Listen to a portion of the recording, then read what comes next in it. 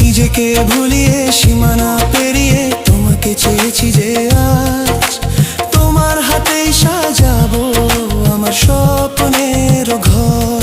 আমি তোমার প্রেমে পড়ে দুনিয়া ভুলে গেছি, তোমার ওই মায়াবী হাসি আমি দেখতে ভালোবাসি।